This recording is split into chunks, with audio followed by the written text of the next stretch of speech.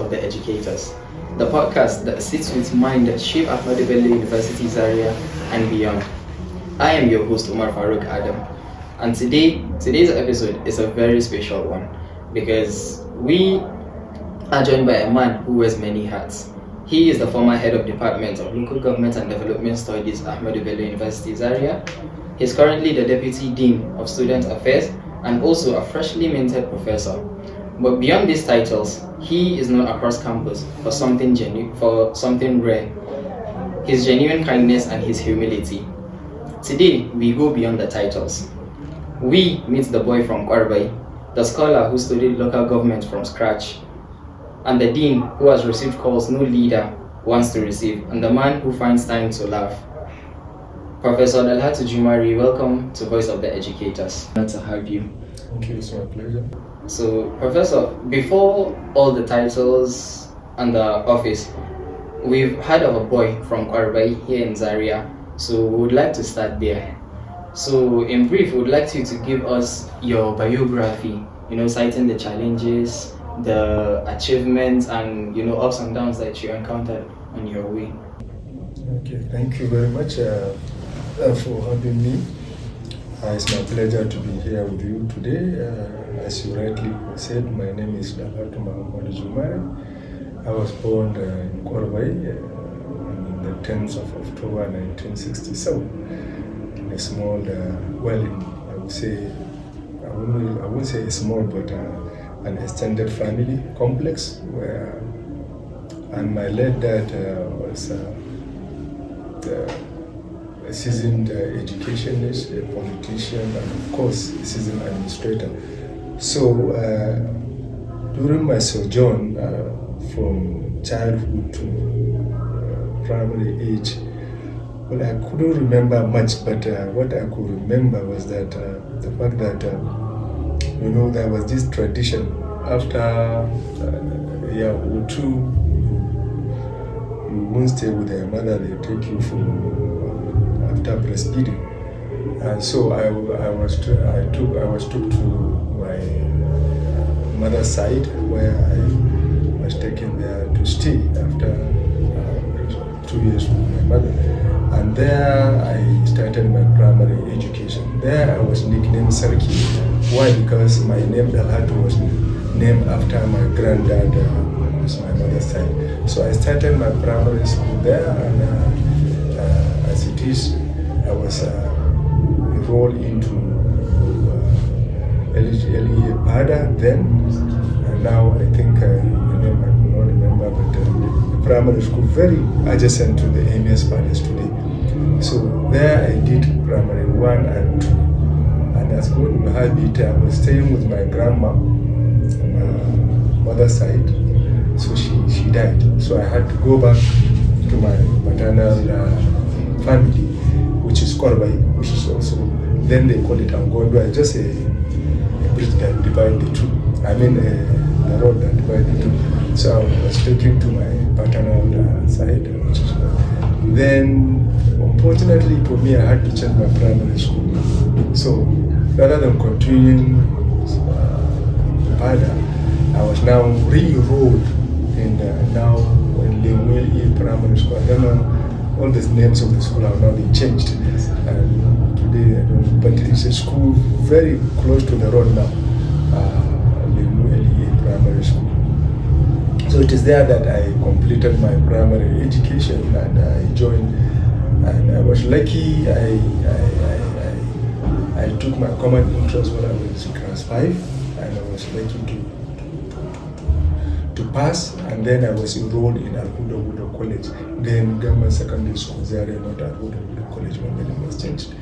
So it's there I started my secondary education.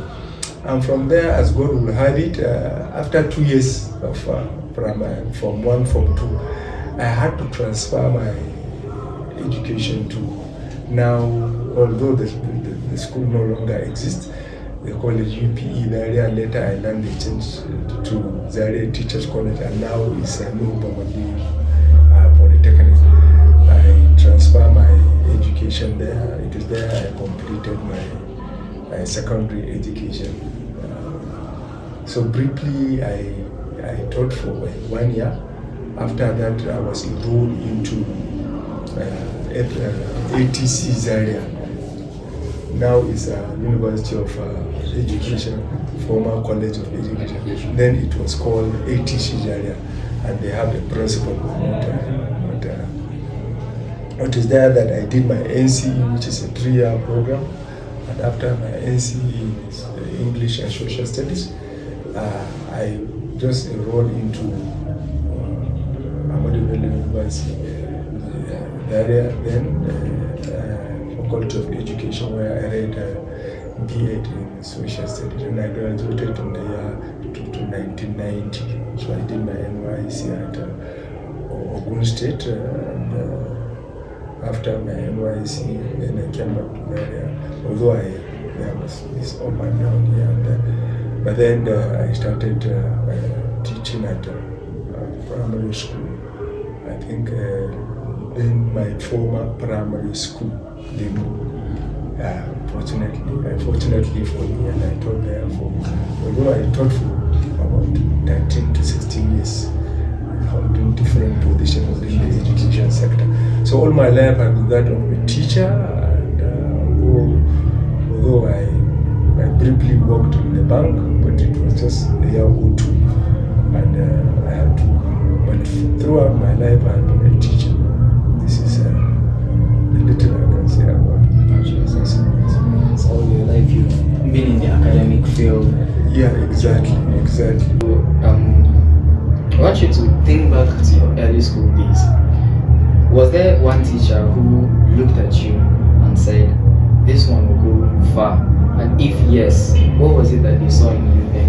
We as children at primary school were not so much close to our teachers that much.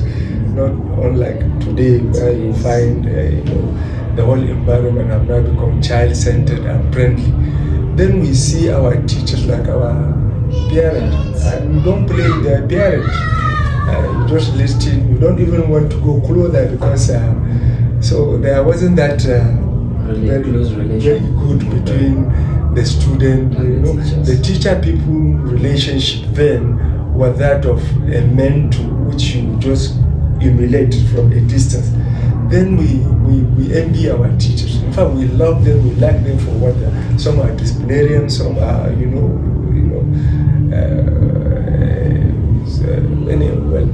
well, there was this interesting thing about most of the teachers then, that we want to be closer to them when they are in the class. They are very friendly. But anything outside the class, you don't dare go closer because then the relationship was not. So I couldn't remember anybody that. But there was this particular headmaster of mine, which I very much love. I think he's still alive, Ala Audi. He's now, I think, he has a traditional title, I forgot. He was my headmaster at Lim. And he was more or less like somebody that we kind of tried. That's a close relation? No, not close relation. Because of his, the way he addressed every morning by 7 o'clock, no matter how early you are, you certainly meet him in the school. So if there's anything we learn from him, is that of the issue of punctuality. Our teachers are very punctual. You come and you see them. Come to school and see them. Yes, by the gate. And you, at the last hour, you have to leave the school and still leave them behind. So that kind of punctuality and that kind of commitment is something commendable. Yes, something that is driving people to say, well, I want to be like them, I want to be committed.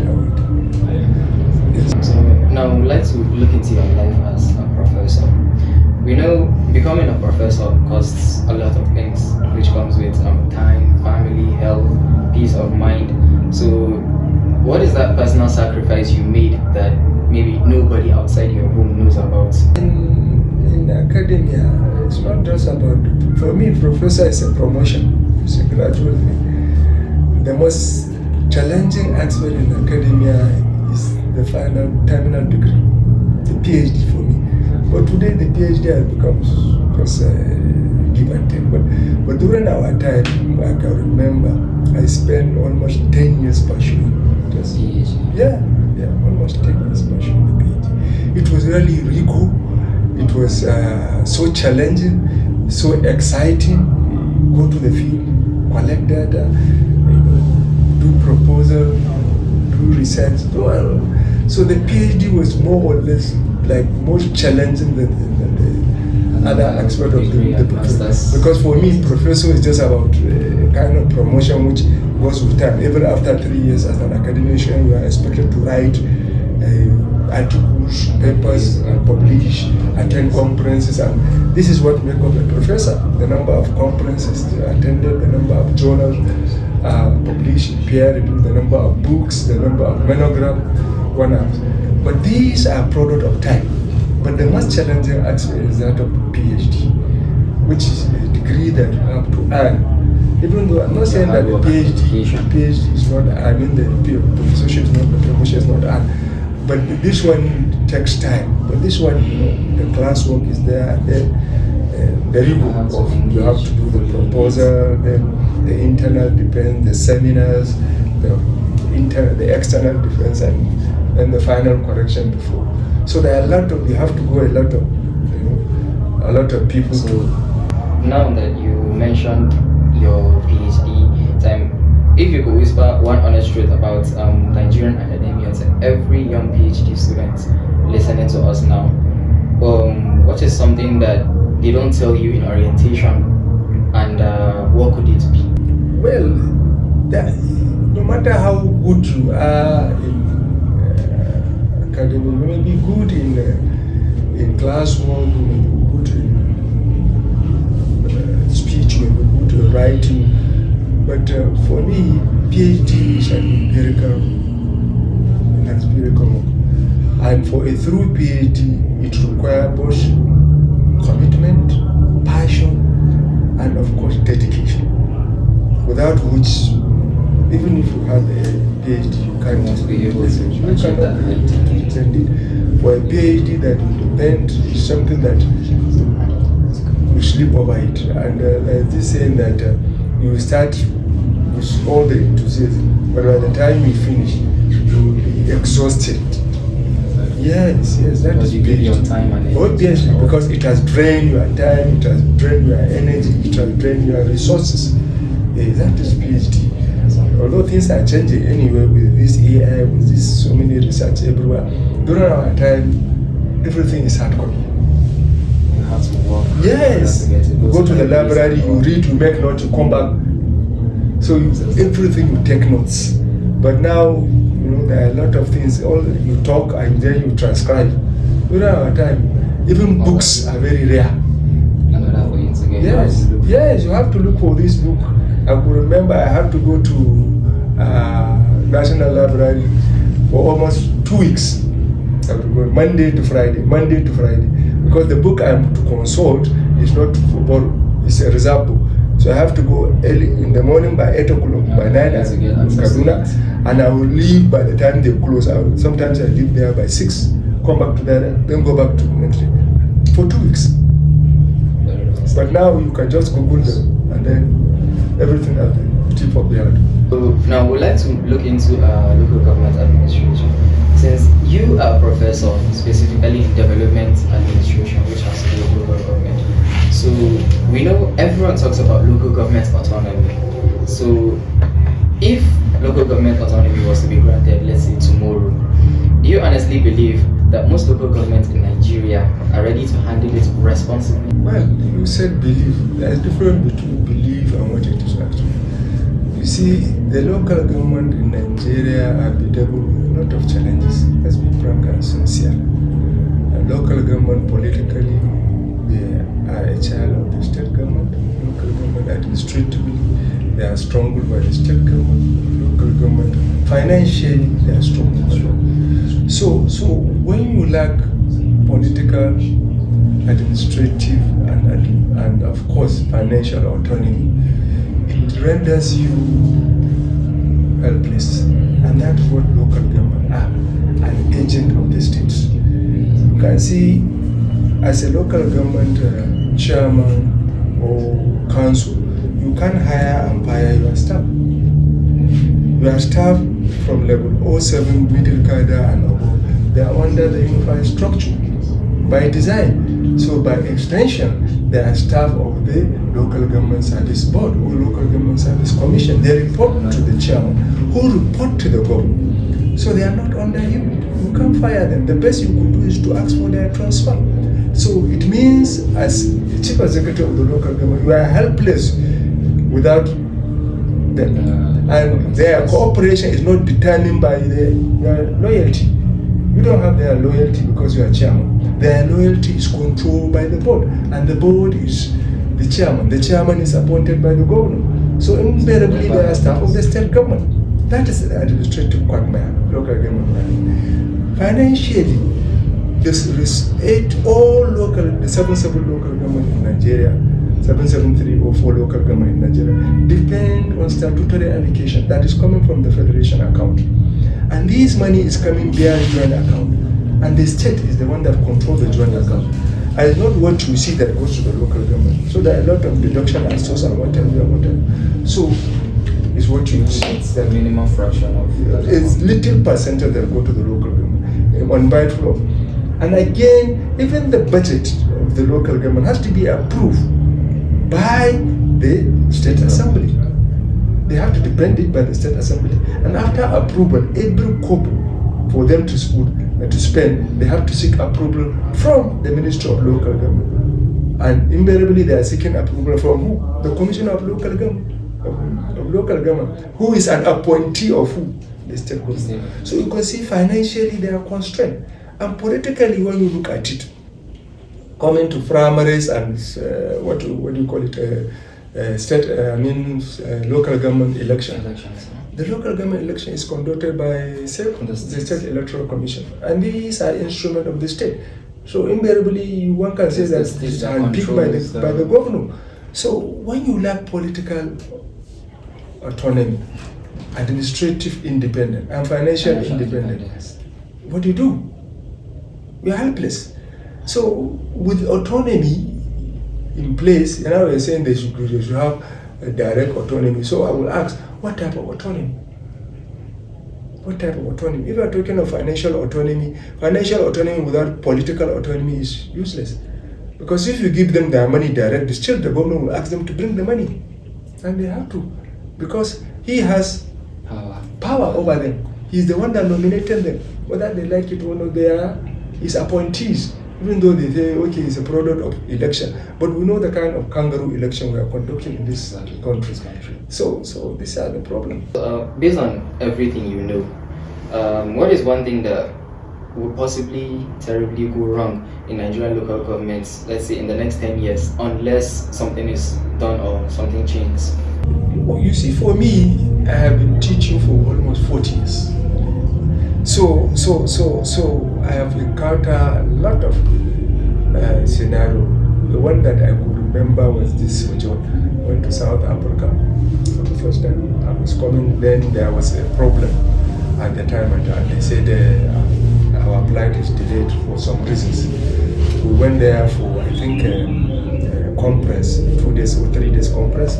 So they say our flight is delayed and whatever.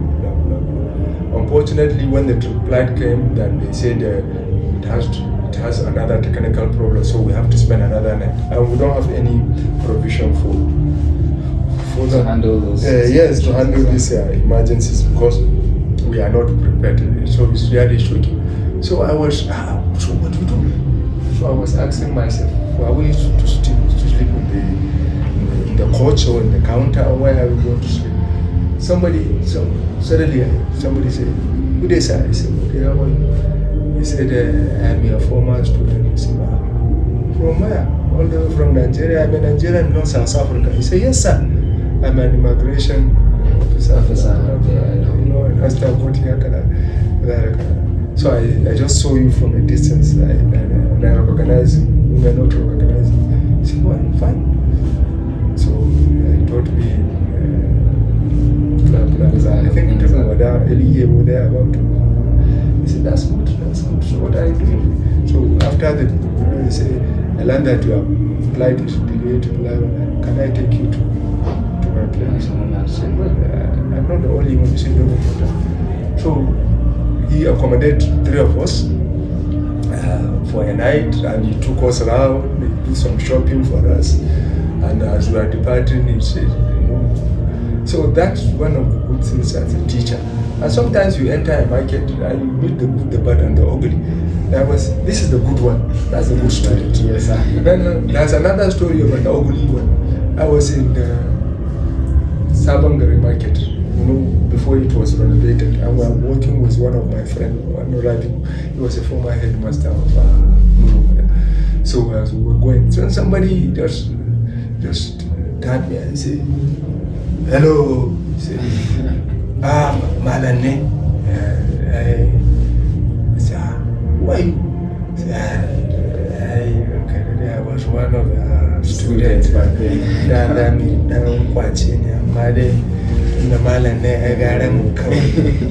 I pay my respect. I said, what are you doing in the market? It's not himself. It's just, if you like, you can say, these are the bad. And he was, I had that. He was my student. And he agreed. He wanted to, I think, snatch my bag or whatever. Then when I turned, because somebody just hold on to my bags, and I just hold, then he suddenly said, So as a teacher, you groom so many. I felt so bad. Seeing him in such a seeing him in such condition. I was expecting to see him in a better condition, but this is the price. As a teacher, you don't know the pit. Sometimes your student can turn out to be the good student. Sometimes your student can turn out to be the negative. But the best is try and give him your best. And also wish them the best. Wish them the very best. That's why it's good to be good. But alhamdulillah, I don't have any cause to regret my life.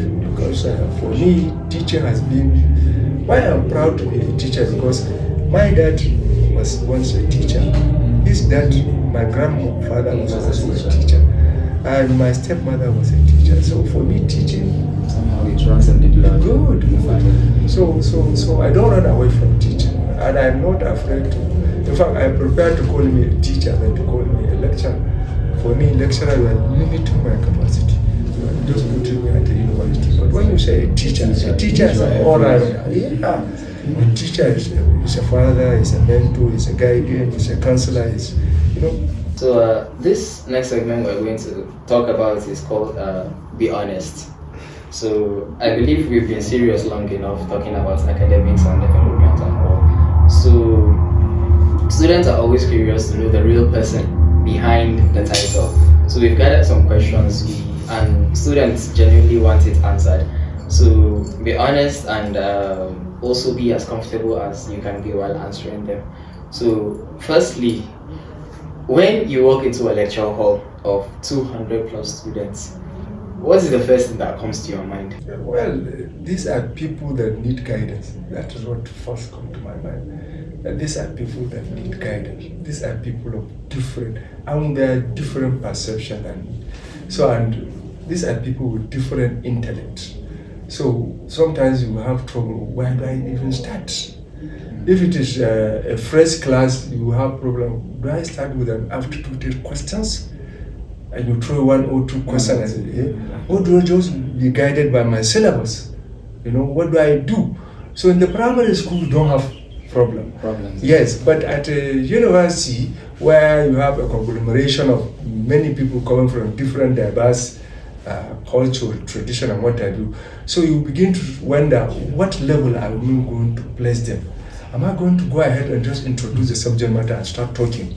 Or do I just find out their level of psychic or their level of intelligence so that I will be able to know from where do I start? And if I'm going to start, do I start with a more friendly nature or do I start with a more serious kind of tune? So you will be battling with, where do I start? But whatever you start, because 2 days in a lecture, student will give you names. All teachers. During our time, we named our teachers. I'm sure we have. When you go to class, I ask them. Yes, they know they will. So you have to choose your word.